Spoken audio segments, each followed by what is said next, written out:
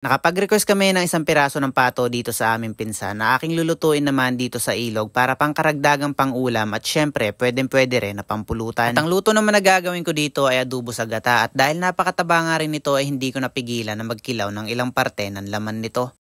Pagkarating nga namin dito sa kubo ng pinsan namin ay sinubukan namin maghingi ng isang piraso ng pato para pang ulam din namin magpipinsan dito sa ilog na aming pupuntahan. Pinagbigyan din kagad kami dyan ng aming pinsan kaya naman nanghuli na kagad ako dyan ng isang piraso ng pato at dahil meron nga rin silang stock na nyug dito sa kanilang kubo, nagkayod na rin kagad ako dyan dahil ang luto na gagawin ko dito ay adobo sa gata. Nanguha na rin ako dito ng sili dahil ito talaga ang the best pagka ganitong ginataan ang luto. Maya-maya nga rin lang konti ay sumunod na ako dito sa ilog na aming pagpipiknikan at sinimulan ko na rin kaagad ang pagkukusi dito sa pato. Pagkarating ko nga pala dito ay meron nang nakahandang mainit na tubig si mama at hindi ko na nga rin pala ipapakita ang pagbalahibo ko dito sa pato dahil baka magkaroon na naman ako ng kasalanan kay Meta. Nagpatulong na rin ako dito sa ilang mga pinsan ko para sa pagtadtad nitong pato dahil hindi ko pa rin gaano may galaw na maayos yung aking kamay dahil may sugat pa rin ito. Ang ginawa ko na lamang muna dito ay kinuha ko yung ilang mga parte ng mga laman-laman nito at ang sabi ko nga sa kanila ay gagawa ko ng kinilaw. Ang mga kinuha ko lamang dito para sa aking pangkilaw ay itong laman ng pitso ng pato tapos yung atay at yung balon-balunan. Iniwan ko na muna dito itong aking mga pinsan habang sila ay nagtatadtad dahil ang sabi ko nga sa kanila ay sisimulan ko na rin lutuin itong kinilaw. Tinuhog ko lamang ito sa mga sanga ng kawayan saka ko naman ito inihaw at habang inihaw ko nga ito ay natatakam na ako sa itsura nito. Sakto nga rin pala na pangkilaw itong ganitong klase ng pato dahil ito ay dumalaga pa lamang at talagang napakataba na kung makikita nyo nga dito habang iniihaw ko ay nagtatalsikan ng mga mantika nito. Matapos ko itong hiwain, tinimplahan ko na rin ito ng ricado na pangkilaw. Asin, suka, sibuyas at luya at hindi ko na rin pala ito nilagyan ng sili dahil merong mga hindi ko makain dito na maanghang. Pero kung kami ang tatanungin, perfect talaga ito kung may sili, lalo na kung pampulutan.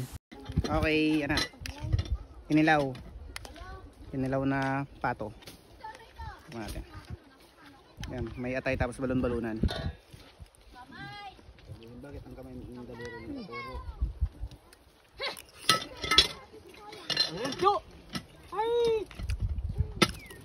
Sarap.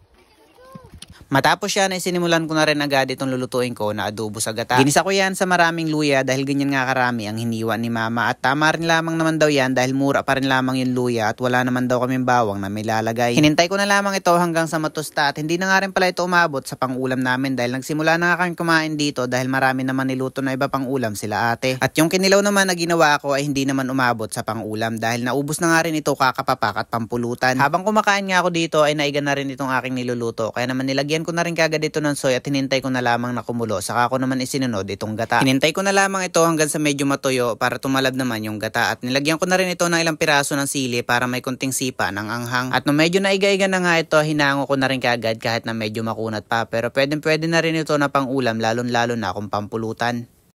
Okay, kain. Mama, tingnan mo! Hindi na sa kapatid pa. Hindi, wag, bad yan. Pato.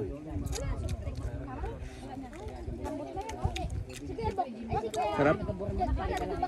Simple lang ang rekado pero ang sarap. Ang taba kasi eh.